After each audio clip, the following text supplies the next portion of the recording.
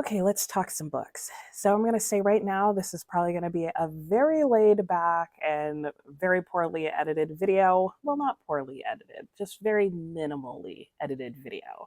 I have got my hot chocolate, and my goal is to finish this video before my hot chocolate goes cold. It's like the book, only there's no death and time travel involved.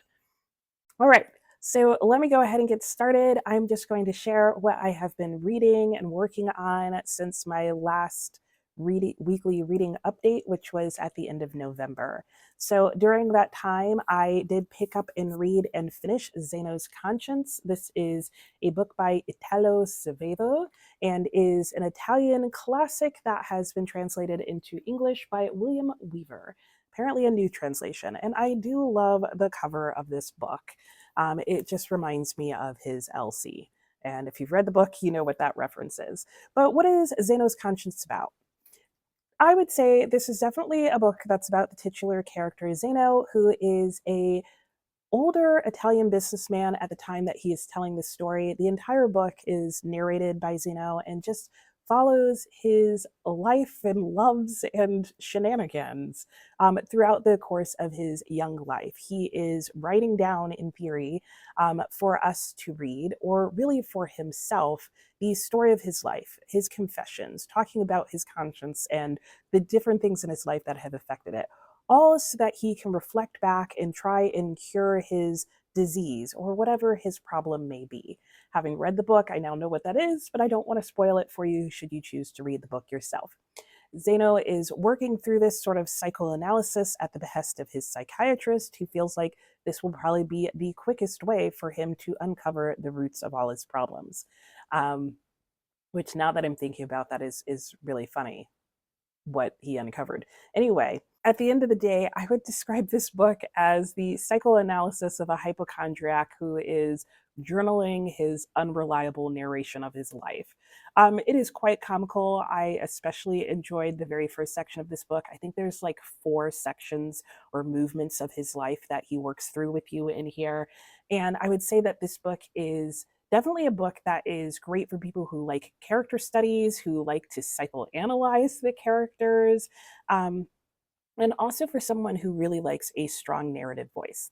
Zeno has in this book a very strong narrative voice. You feel like you know the man. The audiobook is really good as well. I did finish the book using the audiobook because I had a trip that I was driving on, that I had a 10-hour drive I was doing. I had the equivalent of 2 hours left of the audiobook, even though I had read the book up to that point.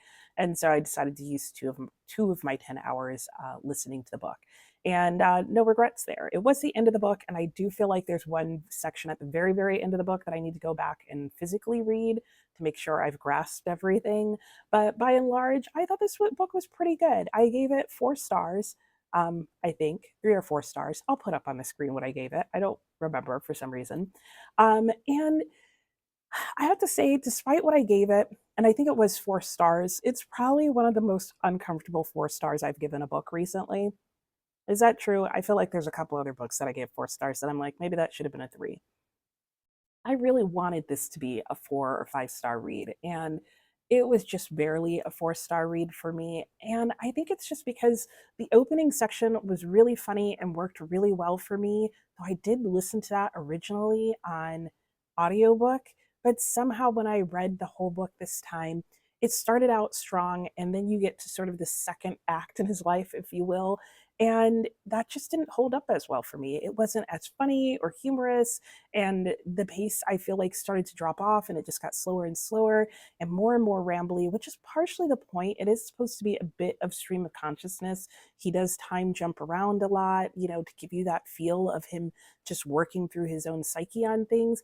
However, at the end of the day, for me, it just felt too rambly, and I ceased to care about what he was sharing because I didn't feel like it was really going anywhere.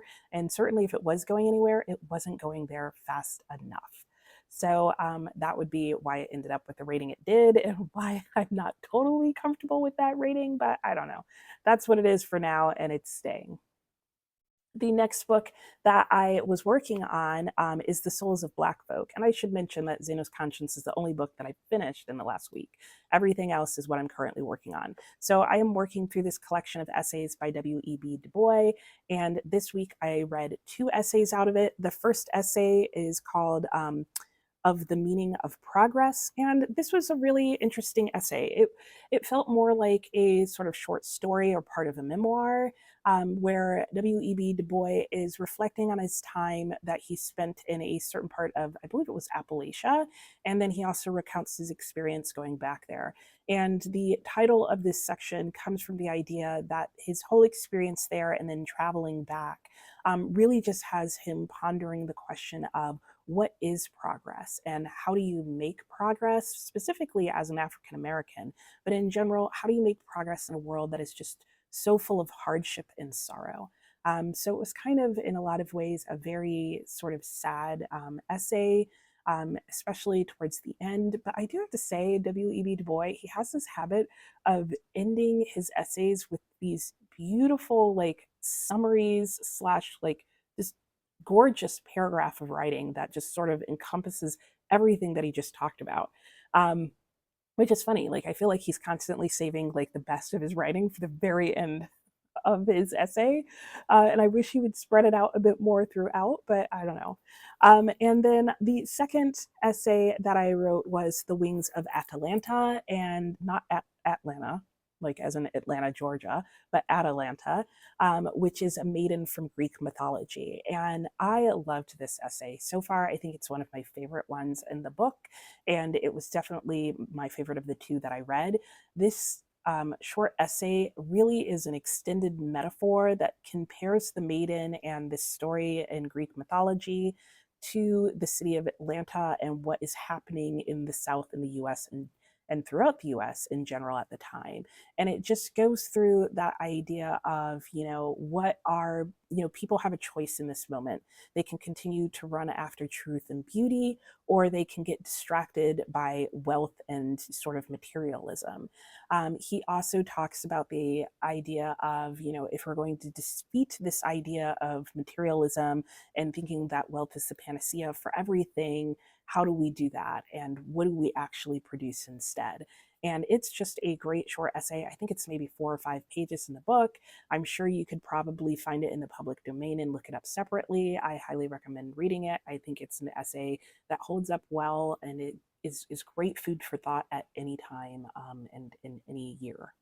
I did also start this week another actual novel, and this time it was Barchester Towers by Anthony Trollope. And I have to say, eek, guys, politics in my books. So I talked about with Warbreaker how, even though I don't mind there being politics in my books, I don't like it when it is a major sort of central idea or theme in the book. And though this is the second book in the Barchester series, I don't feel like the Warden had quite as much like politicking going on. There was definitely like scheming going on amongst the characters and infighting, but I am finding very quickly into Barchester Towers that this is not about court politics, it is about church politics. And basically at the start of this book, it's no surprise, it's literally the first sentence: the bishop dies, and is then going to be replaced, and the political scheming within the church and amongst the archdeacon and all the other potential people who could become bishop, and then what happens once the new bishop is chosen. And it's very clear to me very early on this book that it's just going to be about church politics and politicking and scheming of people within the whole church politics and how to maneuver themselves around and get what they want and have things go the way they want in the diocese. And I just don't know that I'm here for that. I was reading it on my sprints this week and trying to decide, do I need to DNF this book? What do? I just started it. It's not bad writing, but I'm also realizing I don't know if Trollope's writing is really for me. And at the end of the day, I ended up deciding to switch to this book and make it my audiobook for now. So I will be continuing to read and finish this book, but I'm going to do it on audiobook. I did pick up the audiobook already and read a couple of chapters with that, and I did like it better.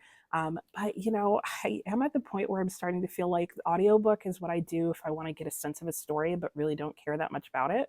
So I don't know what that says about Barchester Chat Towers, but I'm hoping that it's going to get me through the book because I do want to get a basic idea of what the whole book is about.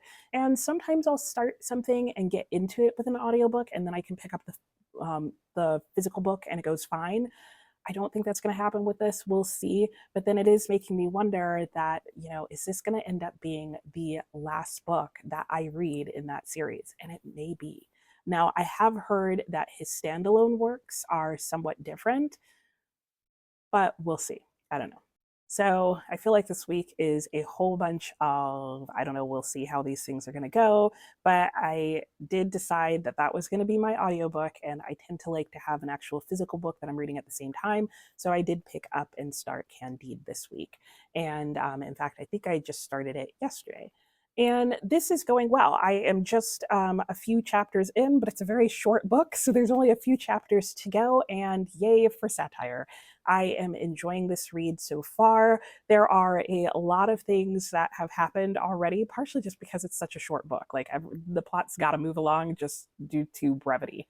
And yeah, I'm very interested to continue exploring this philosophical idea that is going on in here. And I guess I should tell you some of what this book is about. Basically, this book follows the story of Candide, who is this young man who grows up in a castle in this sort of idealistic situation, and then something happens and he basically gets kicked out into the world and abandoned to roam the world on his own.